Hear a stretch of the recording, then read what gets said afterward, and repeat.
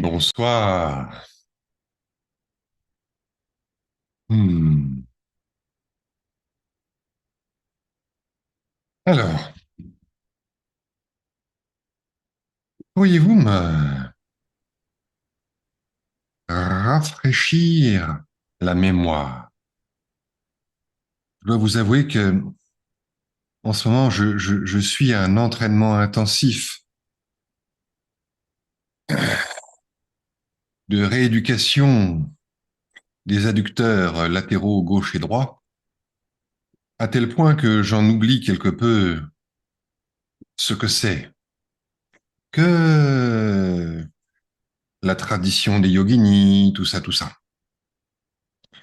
Alors, c'est quoi? Dites-moi.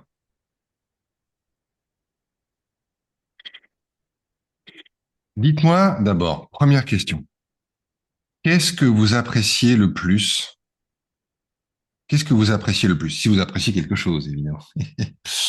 Qu'est-ce que vous appréciez le plus dans cette tradition? Moi, j'aime bien le mot de tradition. À la vôtre, sous la bénédiction du saint hérisson. Le hérisson, c'est quoi en fait? C'est un pur Sahasrara chakra. Il a trouvé la solution. Il n'y a pas de Muladhara, il n'y a pas de Manipura, machin truc. C'est direct. Direct le Sahasrara c'est le lotus aux 1000 pétales. Sauf que chez lui, ça fait 1000 épines. Oui. Bref, trêve de choupissonnerie. Alors, que dites-vous? Hmm. Merci David pour cette belle question. Euh, Comme ça, en spontané, ce que j'apprécie le plus, euh, Le plus. ouais, c'est la sensation que derrière, certes, une complexité, que tout finit par s'intégrer et tout est relié vraiment à l'expérience, à un endroit. Donc tous les enseignements sont concrètement, dans le réel, concrètement expérimentable, vérifiable, appropriable dans notre réalité. Donc ça, c'est une première chose qui me rend très enthousiaste, curieuse à expérimenter et à faire le lien entre les enseignements et ce que je perçois dans n'importe quoi en fait. Une première chose. Une deuxième, c'est vraiment la dimension poétique, à la fois Alors, très... juste Ah, une, ok. une chose, M'arrête the là. best one, the Je sais pas best si one. je sais pas si c'est the best, mais c'est ce qui est sorti là. C'est ce qui est sorti là. C'est ça, vous voyez. Au fond, très complexe, mais intégré. Comme quoi? Comme un être vivant. Comme un être vivant, tout simplement. Regardez les merveilles que nous sommes. Ces créatures incompréhensibles, inimitables. Hein, c'est pas avec des poupées gonflables, c'est pas avec des IA, c'est pas qu'on va imiter cette complexité qui dépasse l'entendement. Je ne peux même pas me comprendre en tant que corps, sans parler de l'esprit. Je ne peux même pas comprendre. C'est ce que disait Spinoza. Nous ne savons pas ce que peut le corps. Nous ne savons pas ce que peut le corps. D'une complexité qui dépasse l'entendement. Et pourtant, je suis un. Je suis un. Tout ça, comme tu disais, Sophia, se combine, converge, non pas vers Rome, mais vers moi. Pas le petit moi égo-contracté, mais vers la vibration je suis. Vers ce que j'appelle aujourd'hui le cœur, vers ce que les sages appellent Pratibha, l'intuition créatrice, qui rejoint aussi la poésie d'ailleurs. Pratibha, c'est aussi l'inspiration des poètes. Et donc, voilà, c'est cette complexité qui converge en l'être un que nous sommes, l'expérience une,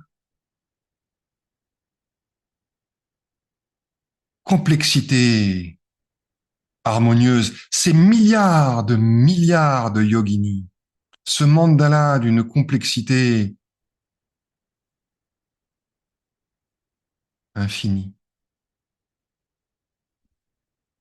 C'est extraordinaire parce que tout se répond, toutes ces complexités, toutes ces totalités, tous ces kulas, ces familles se répondent, se répondent, résonnent les unes avec les autres.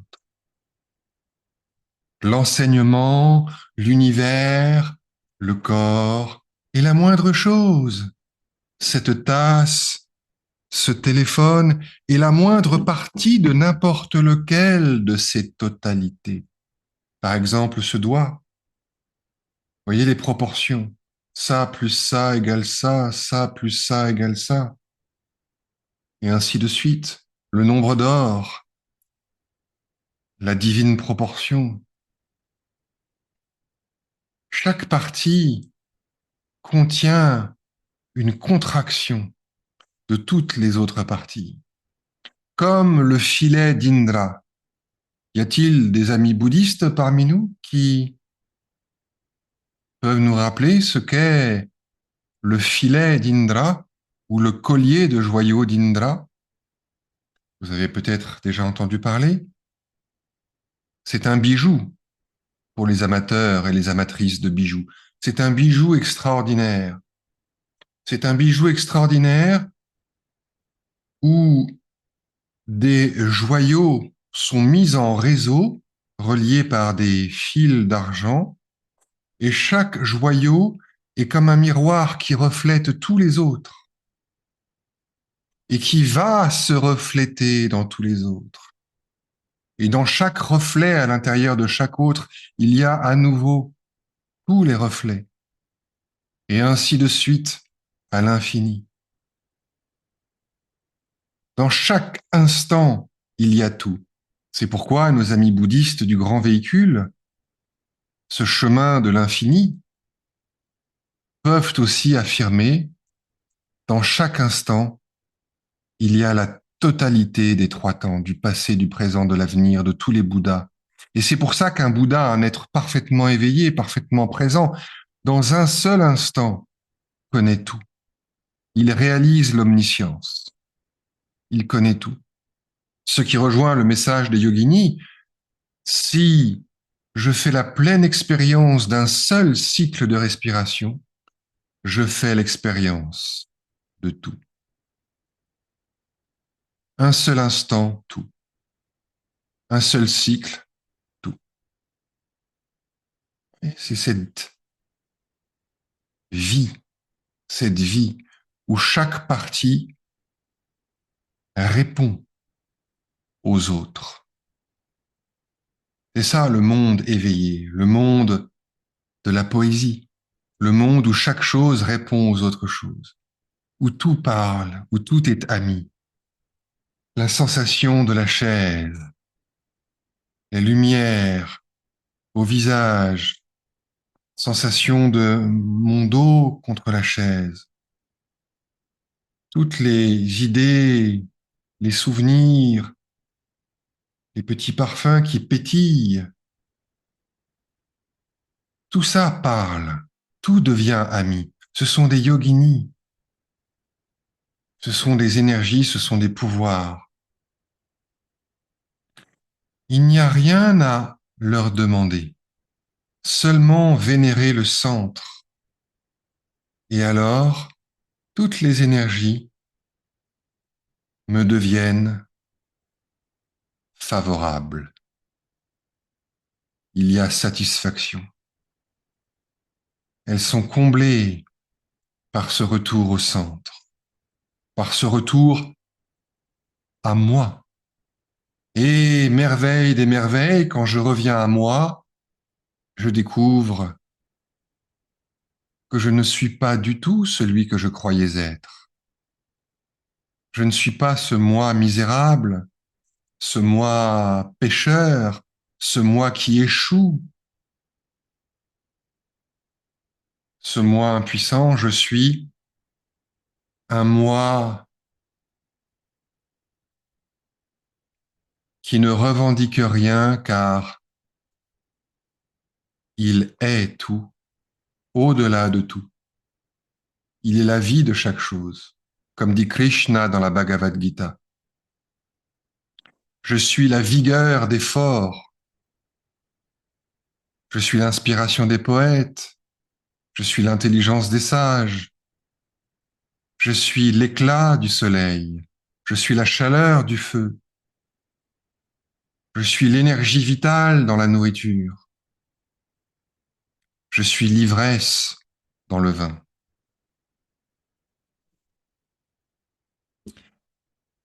Ok, quelqu'un d'autre pourrait-il nous partager ce qui est le plus beau, le plus bon? Oui, Evelyne.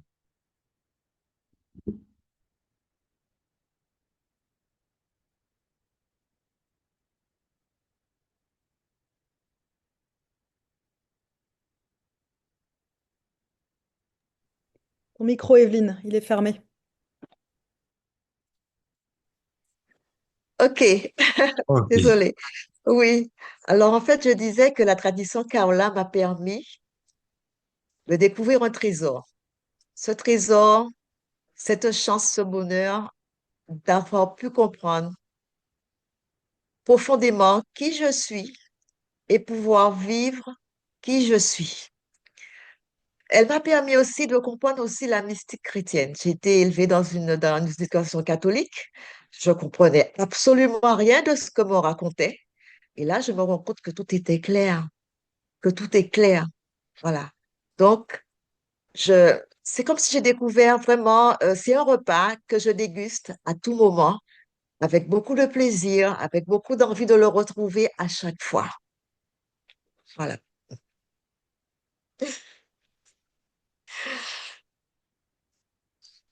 Au-delà du temps et de l'espace, à travers le temps et l'espace, cette communion facile dans ce mystère vivant, dans ce mystère ressenti, dans ce mystère goûté, dans ce mystère savoureux,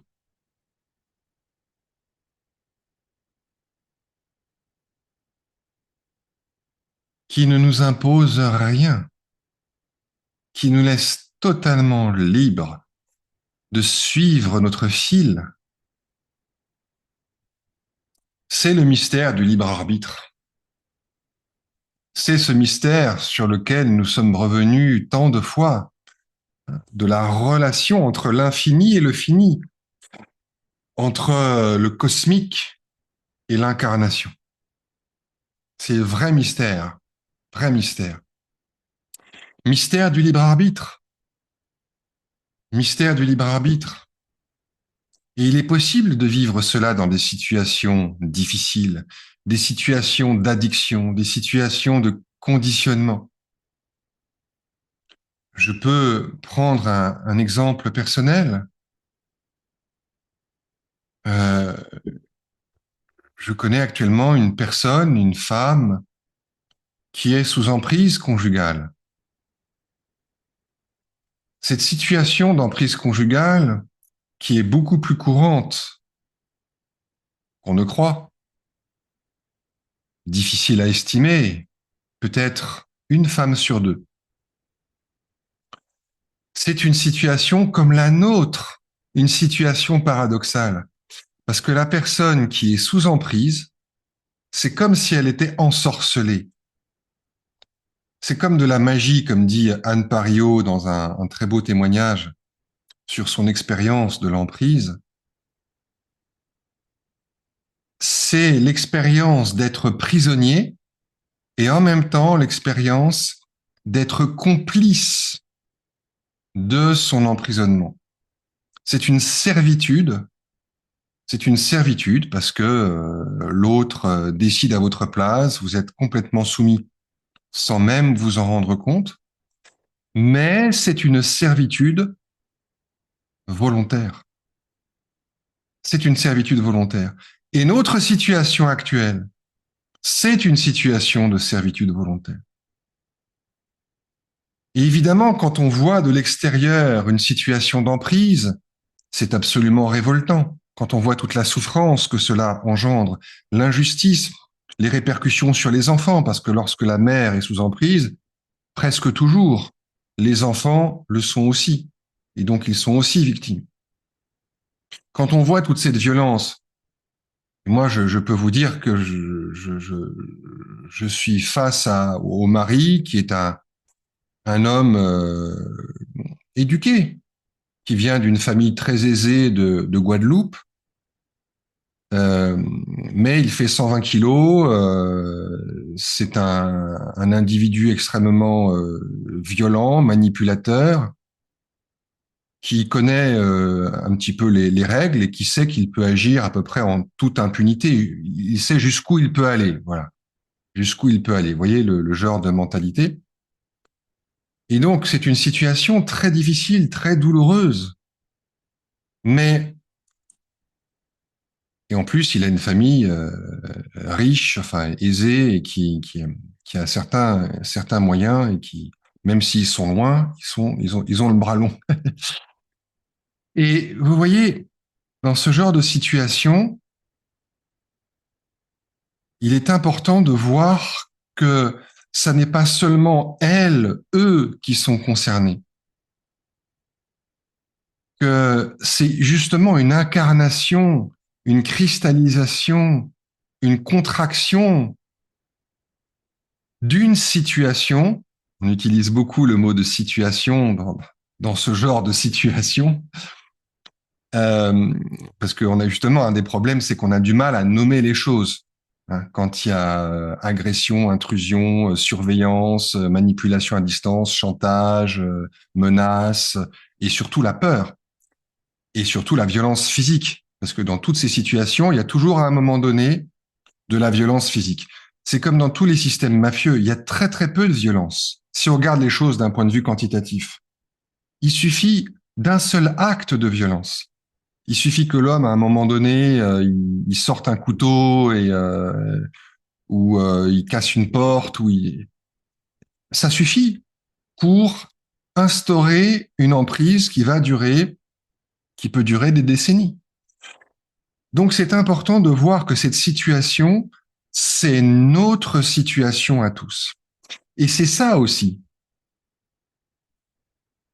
le message selon lequel chaque partie contient ou tout, reflète tout.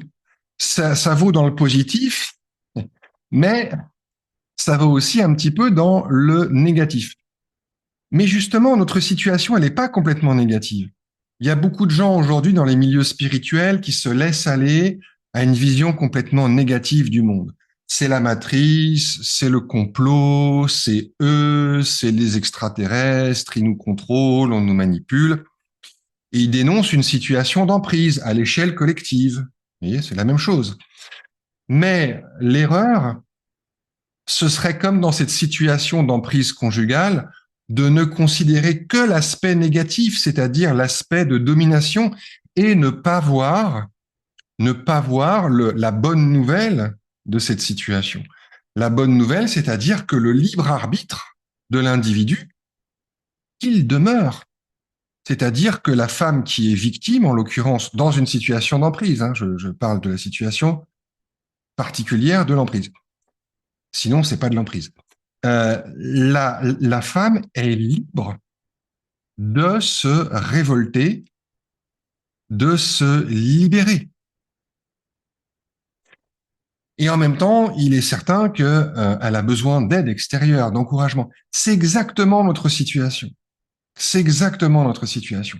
Nous sommes comme ça. Nous avons aussi subi cette violence de la part de la vie, à commencer souvent par la violence pendant la gestation, puis au moment de la naissance, puis dans la petite enfance, peut-être dans les vies antérieures, qui sait, peut-être des violences transmises par des processus épigénétiques ou bien génétiques, sait-on jamais.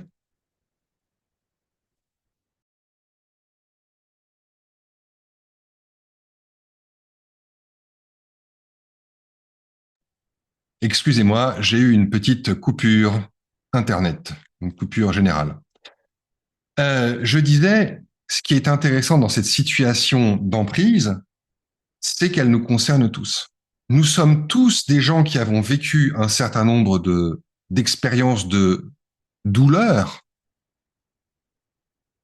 douleur de la naissance ou autre. Et à partir de ce petit pourcentage, d'un point de vue quantitatif, eh bien, il y a tout un processus de soumission qui s'est mis en place. Nous nous sommes soumis à la réalité. Nous sommes soumis à des habitudes, à des certitudes, à des croyances qui ne sont jamais remises en question. Et la plus fondamentale de ces croyances, elle est tellement fondamentale que sans doute nous ne l'avons jamais formulée clairement. C'est cette sensation que je suis pauvre, impuissant, que quelque part j'ai pas de chance et que je suis appelé à me résigner, à me soumettre dans la posture la plus confortable. C'est ça le travail, l'emploi, la vie. Et même par rapport à notre corps, par rapport aux maladies, par rapport à la faim, la soif, le sommeil. Mais plus encore, nous nous résignons à aller mendier au dehors, mendier. Je vais mendier sur les écrans. Je vais mendier dans la nourriture, dans le sucre.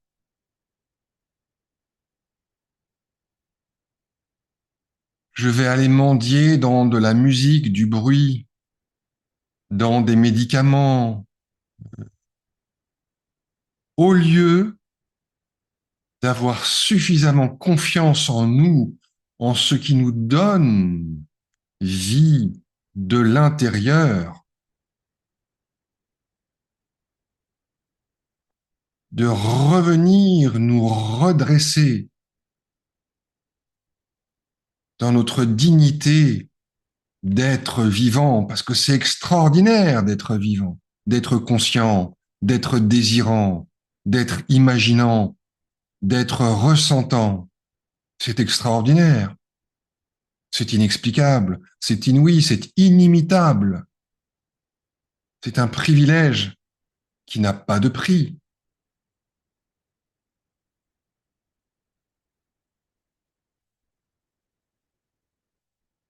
Et la bonne nouvelle,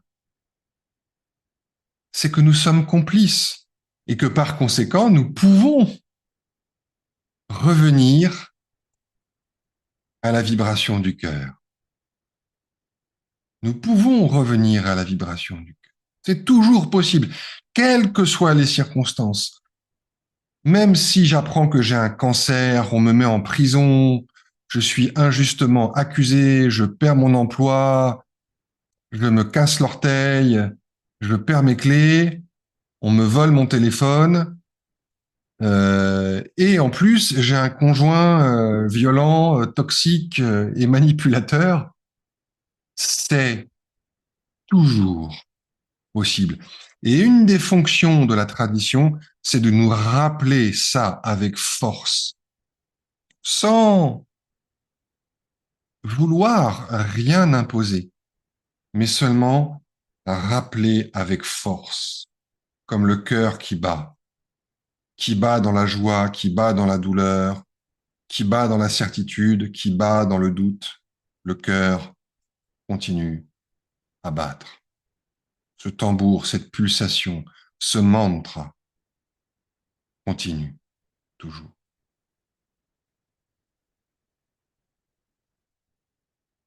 Donc oui, ça change la vie. Oui, ça change la vie.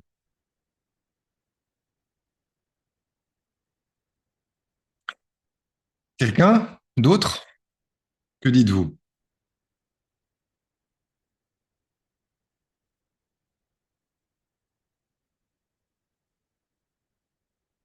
Que dites-vous?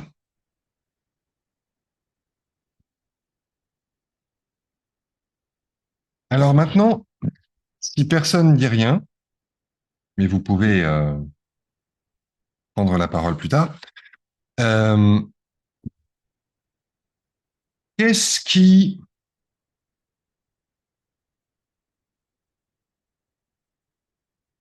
qu'est-ce qui là-dedans vous fait douter? Qu'est-ce qui vous fait le plus douter? Qu'est-ce qui vous pose le plus problème? Qu'est-ce qui vous semble le plus difficile à admettre, ou à sentir, ou à vivre, ou à réaliser, ou à accepter, ou à avaler?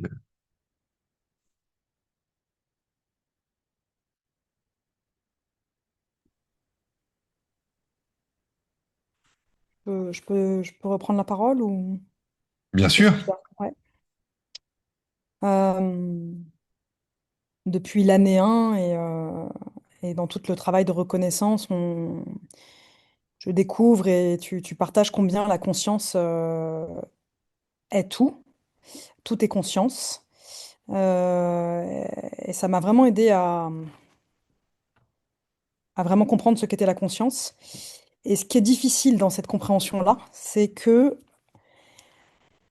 face aux horreurs du monde, je me dis, mais merde, pourquoi la conscience s'amuse-t-elle tellement à s'oublier? Euh, et voilà, c'est pas juste un oubli, c'est de la désendroit, c'est de la. On aurait tendance à dire, j'aurais pu tendance à avoir à dire avant que c'était de l'inconscience, mais c'est quand même de la conscience qui va très très loin dans l'oubli d'elle-même, voire le mensonge d'elle-même, quoi. Et c'est chaud d'accepter ça, et en même temps, ça donne une vaste compréhension de ce qu'est la liberté. c'est chaud. C'est chaud.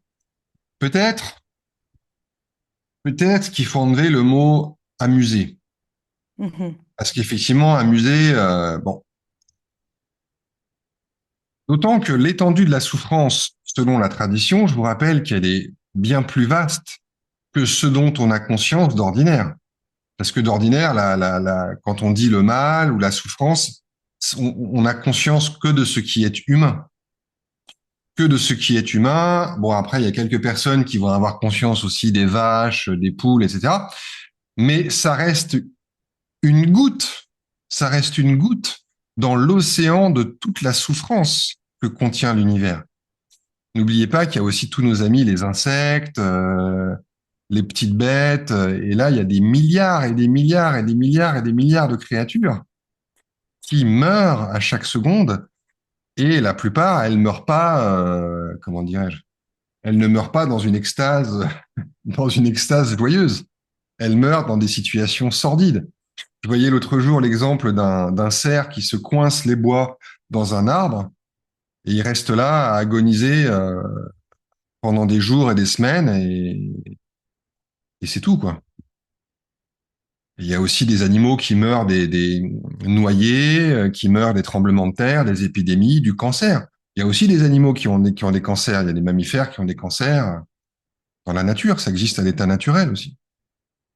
Sans oublier que il y a aussi tout le reste de l'univers. Vous me direz, on n'a pas de preuve de l'existence de la vie ailleurs dans l'univers. Mais enfin, vu, vu les dimensions de l'univers, il y a de très fortes présomptions. Vous imaginez la quantité inconcevable de souffrance.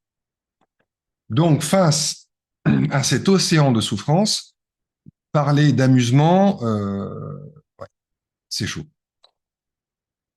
Et, à mon sens, la seule réponse, c'est l'amour. C'est-à-dire que si on voit les choses sous l'angle de l'amusement comme un enfant qui joue, bah, tout de suite, ça paraît très cruel.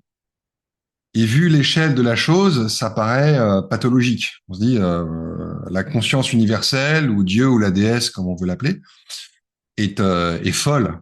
Est folle. Euh, et c'est plus acceptable, je crois, si on voit que il y a quelque chose qui doit mûrir, c'est-à-dire une liberté sauvage qui s'amuse effectivement un peu comme un enfant, avec son innocence, mais aussi avec sa cruauté ignorante quelque part, sorte de toute puissance comme ça, innocente mais terriblement qui peut être terriblement cruelle, qui va évoluer toujours sur la base de cette liberté, de cette béatitude, de cette extase, qui va évoluer dans l'amour. Parce que ce qu'il y a d'intéressant dans l'amour, c'est qu'il y a toujours la béatitude. Donc on ne renie pas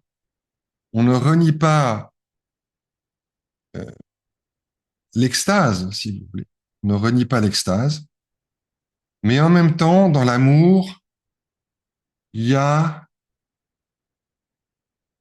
une volonté de guérir les souffrances, une volonté de réconciliation, une volonté d'harmoniser. Alors attention, je sais pas comment, on sait pas comment, on connaît pas les détails, on n'est pas omniscient,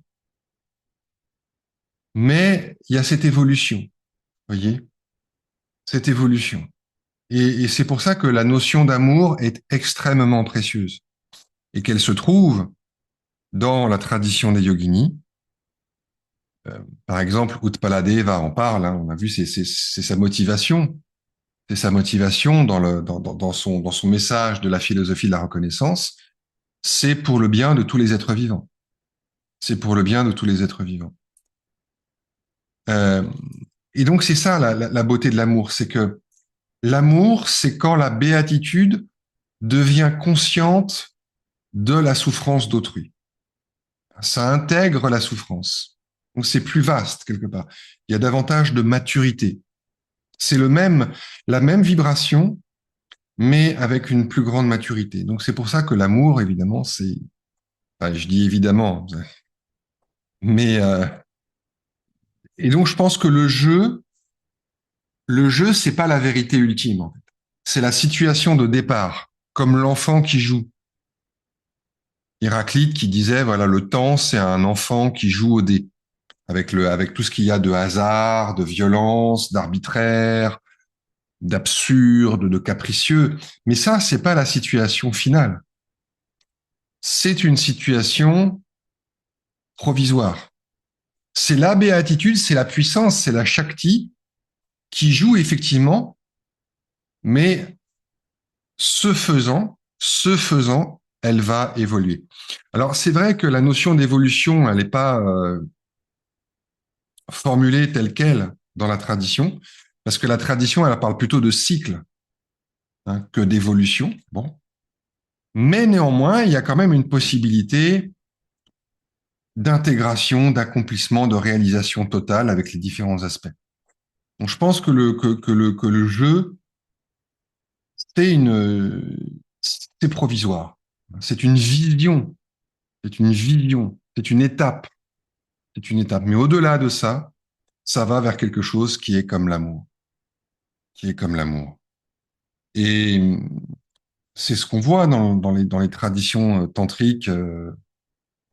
Au départ, le tantra propose beaucoup de techniques, de méthodes magiques pour atteindre la richesse, bon, le pouvoir, quoi. Le pouvoir. C'est beaucoup le pouvoir à moi. C'est très égotique.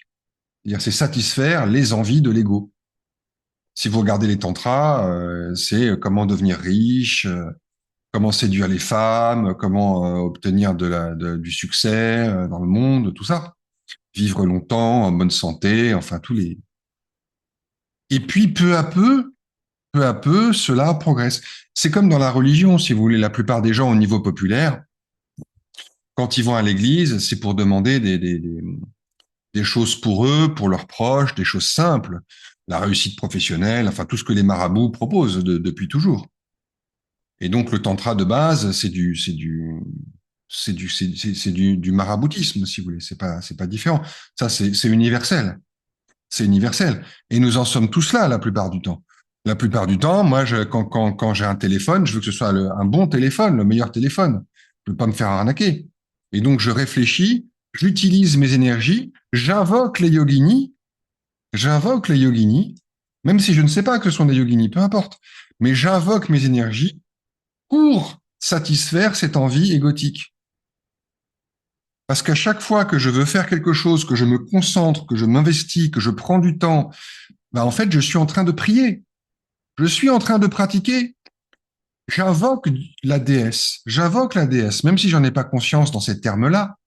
J'invoque la déesse. Je me tourne confusément, je me tourne vers le centre, vers les vibrations du cœur. Et c'est de là que je trouve l'énergie pour aller à la boutique Orange, puis à la boutique Free, puis à la boutique SFR, pour regarder les différents téléphones, comparer, sous-peser, mémoriser, imaginer, questionner, et puis finalement avoir le meilleur téléphone.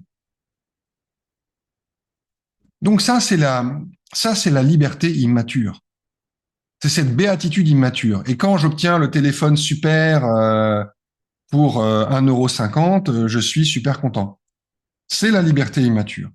Et après, quand je suis un dictateur qui tue des millions de personnes, heureusement ça arrive assez rarement, mais c'est la même chose. Hein, malgré les différences d'échelle, c'est le même processus. Et donc, tout ça évolue. Et donc, finalement, l'amour vaincra. C'est-à-dire que la liberté, elle évolue. Pour reprendre un terme plus occidental, il y a une dialectique. Vous vous rappelez de tes antithèses. Il y a forcément le yin qui va mener au yang, le yang qui va mener au yin. C'est-à-dire que c'est pas simplement cyclique, c'est plutôt une spirale, ça on l'avait déjà dit. C'est-à-dire que ça revient sur le même point, mais pas à la même hauteur. Donc ça s'élève. On revient sur les choses du passé, il y a des cycles qui se répètent dans nos vies, mais avec un regard différent. Hein, vous retombez sur vos photos de vacances, voilà, donc vous revenez vers le passé, mais quelque chose a changé en vous, votre regard a évolué, et donc c'est pas simplement un retour en arrière. Il y a une élévation.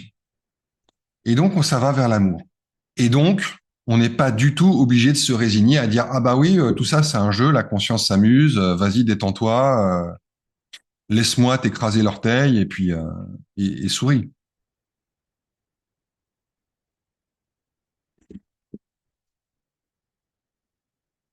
Mais ça, effectivement, je suis bien d'accord, pour moi, c'est le point le plus difficile à admettre.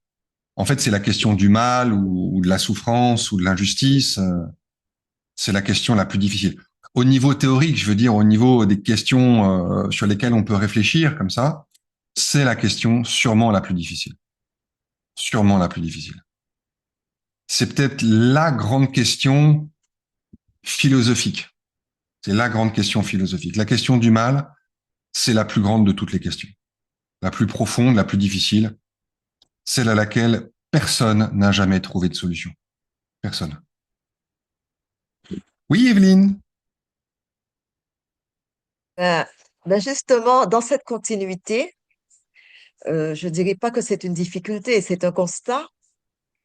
Je sais que je suis la conscience qui se manifeste en plusieurs corps, humains ou animaux, mais justement, dans des situations comme ça d'atrocité, spontanément, je ne dirais pas que c'est moi, conscience, qui agit. Je serais plus dans ma partie mentale à me dire, à condamner, voilà. Dans un second temps, avec du recul, je me dirais, bon, mais ce n'est pas un ressenti que j'aurais spontanément. Voilà. Mais tu vois, quand tu dis ça, on entend que tu le dis avec une certaine maturité émotionnelle, une certaine maturité humaine, morale, on peut utiliser différents termes. Mais là, on rencontre une limite, c'est qu'en fait, quoi qu'on dise, quoi qu'on dise, ça peut toujours être détourné, perverti pour faire le mal. Ça, c'est important de ne pas l'oublier. C'est important de ne pas l'oublier. Donc les mots ont leur importance, les idées, la formulation ont leur importance, mais ne pas oublier que, notamment sur cette histoire de c'est pas moi qui agis, ou comme disait Saint Paul, ça n'est pas moi qui vis, c'est le Christ qui vit en moi, hein, qui est la citation la plus importante de la Bible pour les mystiques, la plus souvent citée. C'est important de voir qu'il y a toujours une possibilité que ce soit détourné, perverti, détourné. C'est justement, ça nous ramène à l'ambiguïté du libre arbitre. Parce que je peux très bien euh, dire, voilà, c'est pas moi qui agis, donc je te marche sur l'orteil. Si t'es pas content, c'est ton ego et t'as qu'à aller te faire thérapifier. T'as qu'à ouvrir tes chakras et laisse-moi la conscience universelle agir et te faire du bien, même si tu n'es pas capable de le comprendre, ça peut toujours être une récupération de ce genre-là. Ça peut toujours, et ça l'est très, très, très, très, très, très souvent. Ici, nous avons un certain âge, hein, globalement, une certaine maturité, une certaine sagesse. Nous sommes comme un conseil de l'Olympe, tel des dieux, remplis de sagacité. Mais vous savez que tous ces trucs-là de tantra et compagnie, il y a aussi dans des générations plus jeunes. Et là, ce genre d'enseignement, ça peut faire beaucoup de dégâts. Ça peut faire beaucoup de dégâts. Et moi-même, qui ai un certain âge et qui ai pas mal d'expérience, qui ai beaucoup voyagé, j'en ai vu des vertes et des pas mûres. Notamment en Inde, quand j'étais chez Papaji, dans la communauté où il y avait des gens qui venaient un peu du monde entier. Il y avait une majorité de sannyasis d'Osho, mais aussi des gens de tous horizons. Et donc, il y avait d'idées. Voilà, c'est pas moi, c'est le soi. Ça, c'est juste le corps mental. Donc, le corps mental, il a envie de te marcher sur le pied, mais c'est pour ton bien parce que de toute façon, c'est la conscience universelle qui agit à travers moi. C'est l'amour qui agit à travers moi. On peut utiliser n'importe quel terme, hein, et voir ce que ça donne quand tu as 200 personnes qui vivent ensemble, qui en plus n'ont rien d'autre à foutre de toute la journée que ça. Euh, ça alors, ça donne beaucoup de justifications, de rationalisation. On dit c'est des accélérations karmiques, des purifications, c'est l'ego qui est en travail, etc., etc. Enfin bon, bref. À la fin de l'année, on fait un bilan, il ne s'est pas passé grand-chose. Et en revanche, on peut très bien dire tout ça avec plus de maturité, c'est-à-dire avec plus d'humilité. Voilà, je m'abandonne à toi, la déesse. Je te laisse agir à travers moi. Fais de moi ton instrument. Mais voyez, les mots sont les mêmes. Je peux très bien être un curé pédophile qui dit ça, enfin, qui remplace déesse par Dieu.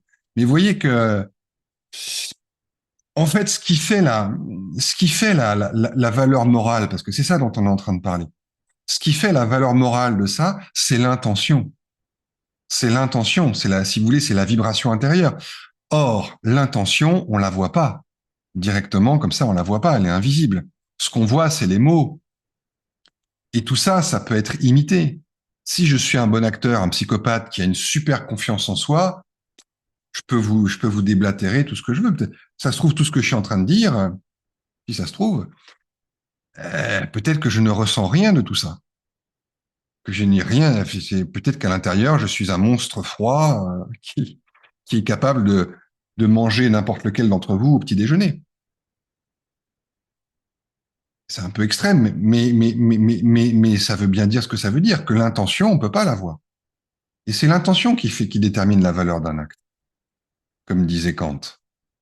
La bonne volonté. Mais la bonne volonté, tu la vois pas. Alors Jésus disait, vous reconnaîtrez l'arbre à ses fruits. Et bon, souvent, avant que les fruits y poussent, ben, il est trop tard. Comme dans l'histoire de l'emprise conjugale dont je vous parlais, là, après 15 ans de mariage, tu réalises que tu as épousé un pervers. Oh, bah, ça fait quand même 15 ans, quoi. Ça fait beaucoup de karma. En tout cas, tout ça, c'est pas pour nous déprimer, c'est même pas pour nous mettre en garde, c'est juste au fond, pour rendre grâce, nous mettre dans une attitude de gratitude à l'égard de cette présence qui vient nous habiter, de ce mystère de vie qui vient couler à travers nous, qui fait bouger ses mains, on ne sait pas comment.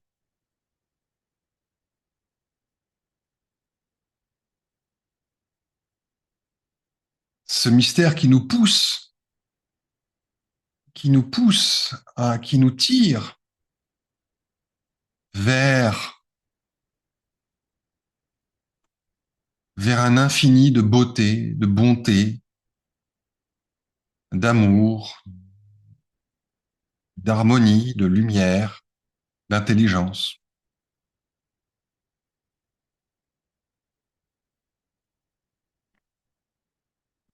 Et donc,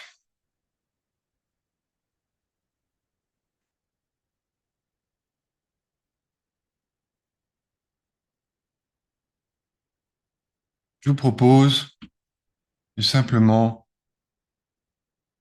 nous laisser aller un petit moment, simplement un petit moment, de se mettre complètement à nu, de se déposer dans la main de la déesse, sans rien demander, mais avec toute l'ardeur de notre être. Laisser notre souffrance profonde demander. Laisser notre mental profond demander. Laisser notre écoute. Laisser la vie en nous être notre demande. Une demande que nous ne sommes pas capables de comprendre. Une réponse que nous ne sommes pas capables de comprendre. Mais il n'y a plus de doute,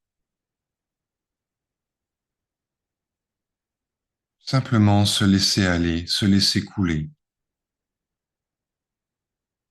dans la main de l'infini.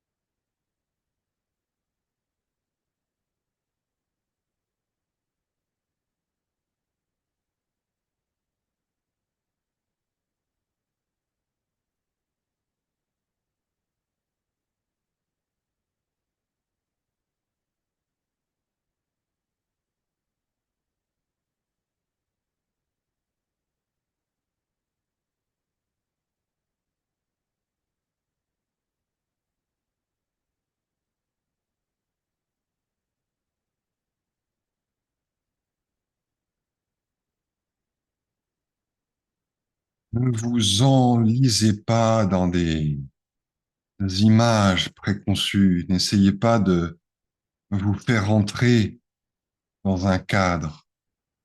N'essayez pas d'être immobile. Plutôt épousez le mouvement intérieur.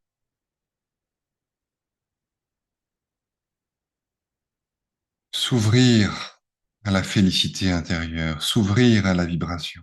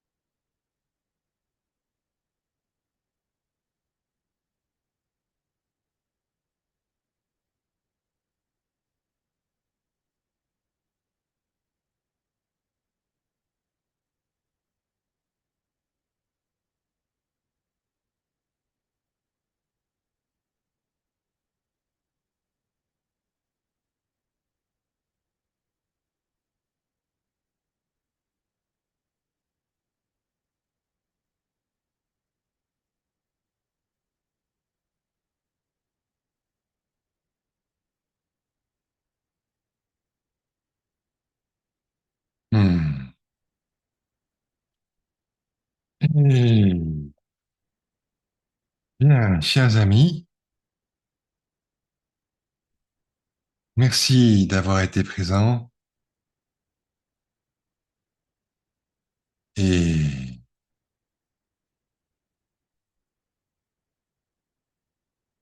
que le courant vous emporte. Très bonne soirée à vous. Merci. Euh, on se retrouve la semaine prochaine, peut-être le mercredi. Bonne soirée à vous. Bonne soirée. Merci.